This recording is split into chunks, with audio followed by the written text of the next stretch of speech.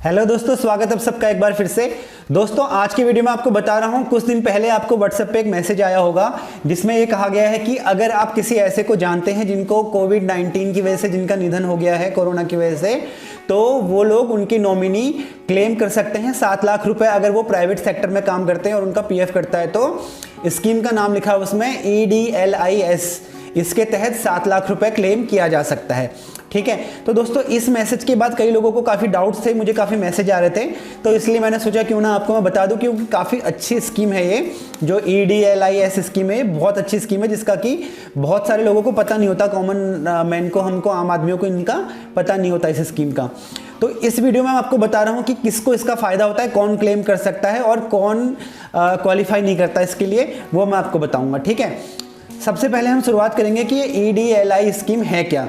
ठीक है, तो दोस्तों इसमें होता क्या है कि अगर कोई आदमी प्राइवेट सेक्टर में जॉब करता है तो आपको पता होगा जिनका EPF में पैसा कटता है, जो एक्टिव मेंबर हैं EPFO के, तो उसमें क्या होता है कि आपकी बेसिक सैलरी का 12% कटता है, जिसमें से एक बड़ा पोर्शन चला जाता है आपके PF में।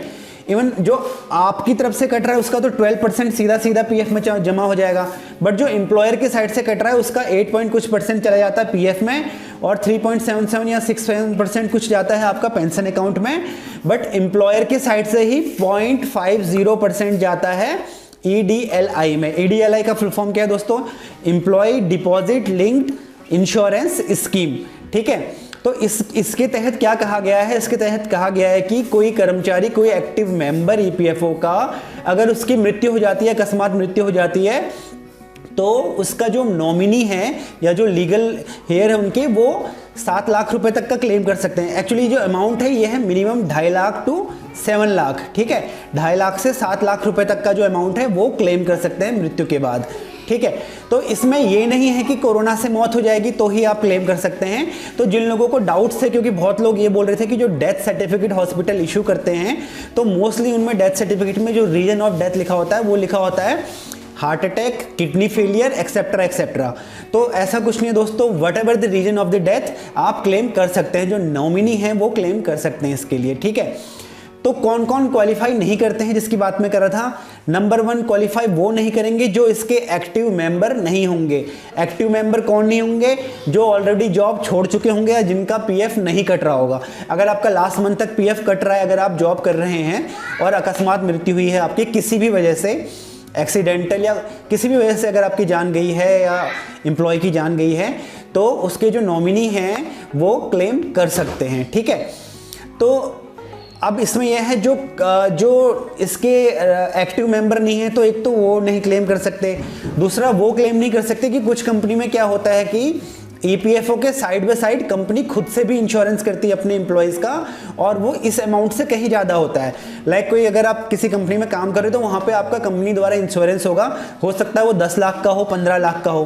तो अगर किसी कंपनी ने अपने एम्प्लॉयज़ का ऑलरेडी इंश्योरेंस करा रखा है, लाइफ इंश्योरेंस 10 लाख का, 20 लाख का, तो वहाँ पे ये अप्लीकेबल नहीं होगा, क्योंकि एक ही जगह से आप इंश्योरेंस की रकम क्लेम कर सकते हैं। ठीक है, तो ये 2 कंडीशन है जहाँ पे आप क्वालिफाई नहीं कर सकते या कोई बंदा क्वालिफाई नहीं करेगा, अदरवाइज सब इसके लिए क्वालिफाई करते हैं। ठीक है, एक्टिव मेंबर होना जरूरी है, आप इसके एक्टिव मेंबर हैं या फिर जो एम्प्लॉय है वो एक्टिव मेंबर है और उसका अकस्मात उसकी मृत्यु हो गई है, तो उसकी जो नॉमिनी है या जो लीगल हेयरिंग है वो क्लेम कर सकते हैं इस अमाउंट को। ठीक है, तो ये बात होगी कि कौन क्लेम कर सकता है, कौन क्लेम नहीं कर सकता है। ठीक है, सबसे बड़ा क्वेश्चन कि क्या करना होता है अगर किसी की मृत्यु हो जाती है ऐसे में, तो उसकी जो फैमिली है या जो नॉमिनी है उसके, वो कैसे क्लेम करेंगे।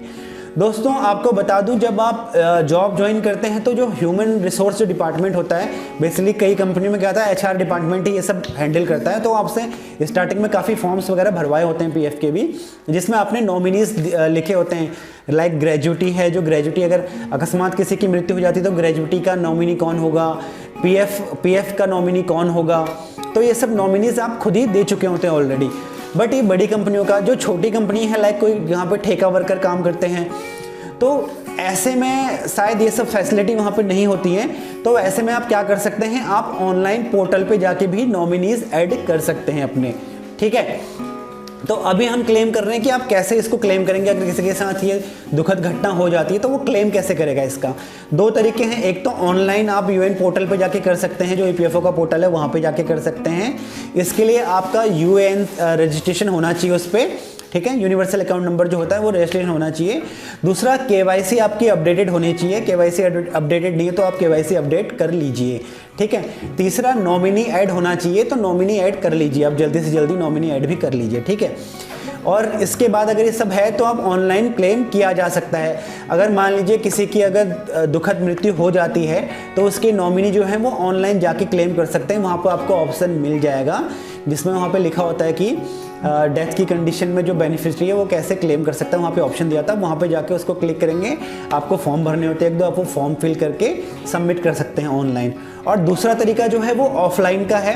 उसमें क्या करना पड़ता है, कुछ चीज़ें होती है लाइक डेथ सर्टिफिकेट होता है, आपको एक एप्लीकेशन लिखनी होती है, एक फॉर्म फिल करना होता है, बेसिकली 5 समथिंग कुछ करके एक फॉर्म है, आपको मिल जाएगा ऑफलाइन। वो इवन आपको स्क्रीनशॉट पे भी दिख जाएगा, मैं शेयर कर दूंगा, डिस्क्रिप्शन में नाम लिख दूंगा, आप वहाँ पे देख सकते हैं, ठीक है। तो इसमें क्या होता है, एक फॉर्म फिल करना होता है और वो साइन कराना होता है आपके एम्प्लॉयर से, जिसके लिए आप काम करते हैं वो साइन करेंगे। इन एनी कंडीशन अगर एम्प्लॉयर अवेलेबल नहीं है, वो नहीं साइन करता, तो आप कुछ और भी विकल्प है आपके सामने, आप रजिस्टर्ड ऑफिसर से भी साइन करवा सकते हैं। बैंक मैनेजर है, जहाँ पे आपका सैलरी अकाउंट है, बैंक मैनेजर है, आप वहाँ से उनसे भी साइन करवा सकते हैं, ठीक है। तो इस तरह दोस्तों दोनों तरीके हैं, ऑफलाइन भी है ऑनलाइन भी है, जिससे क्लेम किया जा सकता है ये अमाउंट, ठीक है। अब बात करते हैं कि कितना अमाउंट मिलेगा।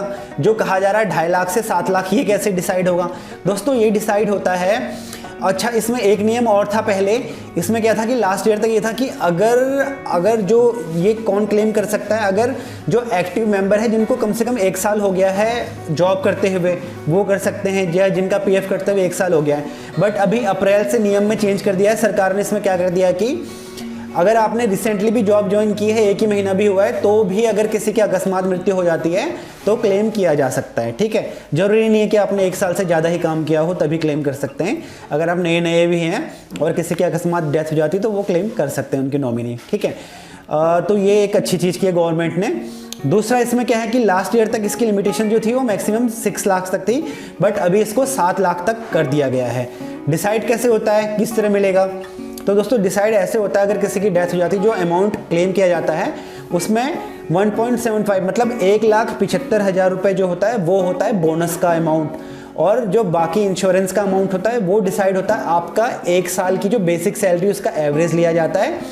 1 साल की बेसिक सैलरी का एवरेज इंटू 35 कर दिया जाता है, ठीक है। तो मैक्सिमम किसी की अगर बेसिक सैलरी बहुत ज़्यादा है, 17,000, 18,000, 20, 25, 30,000, तो उनका 15,000 ही माना जाएगा, ठीक है। 15,000 उनकी बेसिक सैलरी मानी जाएगी और उसी को इंटू 35 कर दिया जाएगा, प्लस उसमें 1.75 1,75,000 रुपये बोनस डाल दिया जाएगा, और ये टोटल हो जाएगा आपका 7 लाख रुपये, ठीक है। और जिनकी बेसिक सैलरी बहुत कम है तो उनकी बेसिक सैलरी का एवरेज इंटू 35 प्लस 1,75,000, तो इसीलिए मिनिमम जो है वो 2.5 लाख होगा, और 2.5 लाख से 7 लाख के बीच में ये अमाउंट कितना भी हो सकता है, depending on your 1 year basic salary. 1 साल में जो आपकी बेसिक सैलरी है उसका एवरेज लिया जाता है, ठीक है। तो इस तरह से इसको क्लेम किया जाता है। तो कुल मिला के अगर कंक्लूजन निकाला जाए इस पूरी वीडियो का, तो इसका कंक्लूजन यही है, वीडियो हमने इसीलिए बनाई है ताकि आपको पता चले या फिर आप और लोगों को अवेयर कर सकें कि अगर किसी की किसी भी वजह से मृत्यु हो जाती है, ना केवल कोरोना, और वो प्राइवेट सेक्टर में जॉब कर रहा है, वो एक्टिव मेंबर हैं, एपीएफओ में उनका कंट्रीब्यूशन जा रहा है, तो वो इंश्योरेंस के 7 लाख रुपए, 2.5 लाख रुपए से 7 लाख रुपए के बीच का जो अमाउंट है वो क्लेम कर सकते हैं, ठीक है। तो दोस्तों बहुत यूजफुल है। वैसे तो 7 लाख रुपए बहुत बड़ा रकम है नहीं, बट ऐसी कंडीशन में भगवान ना करे किसी को इस दौर से गुजरना पड़े, बट रियलिटी लाइफ की यही है कि एक्सीडेंट्स होते हैं, लोग लाइफ खोते हैं अपनी। तो प्लीज़ ज़्यादा से ज़्यादा इस वीडियो को शेयर करें। अगर किसी के साथ ऐसी दुखद घटना होती है तो एटलीस्ट उनको इससे एक मार्गदर्शन मिले कि उनको करना क्या है। तो आप प्लीज़ इसको ज़्यादा से ज़्यादा शेयर करें ताकि लोग इससे फ़ायदा उठा सकें। अगर कोई कन्फ्यूजन है, अगर आपको और जानना चाहते हैं कि कैसे क्या किया जाता है, कैसे क्लेम किया जाता है, आपको एक डेमो चाहिए, फॉर्म कैसे फिल किया जाता है, तो प्लीज़ कमेंट बॉक्स में कमेंट करके बताइए, हम इस पर एक सेपरेट वीडियो और बना देंगे। तो आज के लिए दोस्तों इतना ही। पसंद आए तो प्लीज़ लाइक शेयर सब्सक्राइब। फिर मिलते हैं अगली वीडियो में। जय हिंद, जय भारत।